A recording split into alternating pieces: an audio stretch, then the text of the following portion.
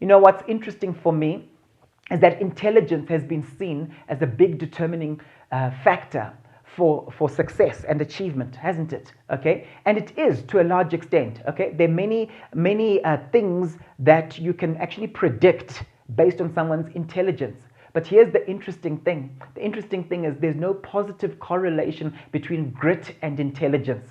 Some of you are saying, yay, yay, yay, yay, yay. I know I'm not smart, but I can have grit, all right? But that's the reality. There's no positive correlation between grit and intelligence. It's one of the few constructs where there isn't actually a positive correlation. In other situations, they are positively correlated, okay? That's why many people are smart, but at a certain point, their smartness doesn't help them to achieve because they've got no backbone. They lack grit. And often they don't admit it, but they lack grit.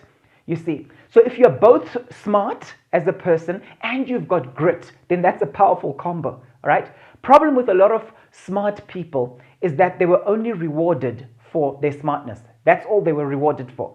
I remember speaking to a group of smart people like you.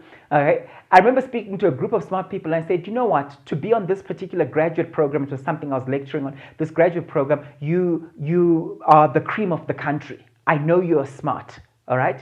And I said to them, do you know the problem with smart people? Here's my concern. Some of you might be overtaken by people who've got what I call the other stuff. I asked them, what's the other stuff? And they mentioned emotional intelligence, right? Assertiveness, resilience. And it's so true. And one of the main aspects of the other stuff is grit. And I said, if you're not careful, you'll be overtaken by people who've got the other stuff.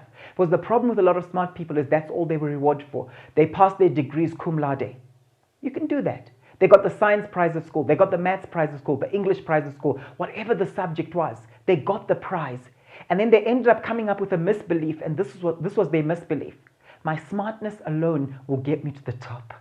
And then a few years into corporate, they realize it doesn't work that way. I need other stuff. I cannot rely on my intellect only.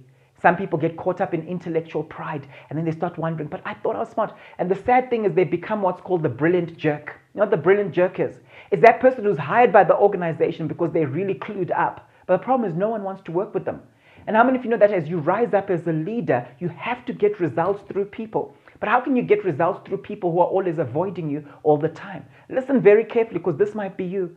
I want us to come to a place where we say, I want to embrace grit. This thing of having long-term goals mixed in with a passion for those goals and then pushing through with perseverance despite the obstacles I face.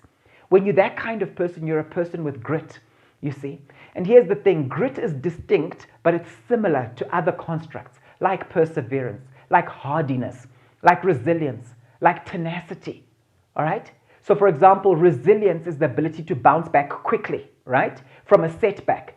But the unique thing about resilience is there must be a setback in the process, okay, because you're bouncing back from something. With grit, there doesn't have to be a crisis, right? There doesn't have to be a crisis to ignite grit. It's something that's in you that rises up from the inside. Here's the thing, grit provides the stamina to stay the course, to stick to it, right? And it's been defined, it's been identified as a better predictor of achievement than intellectual capability. It's actually been seen that it's a better predictor of achievement.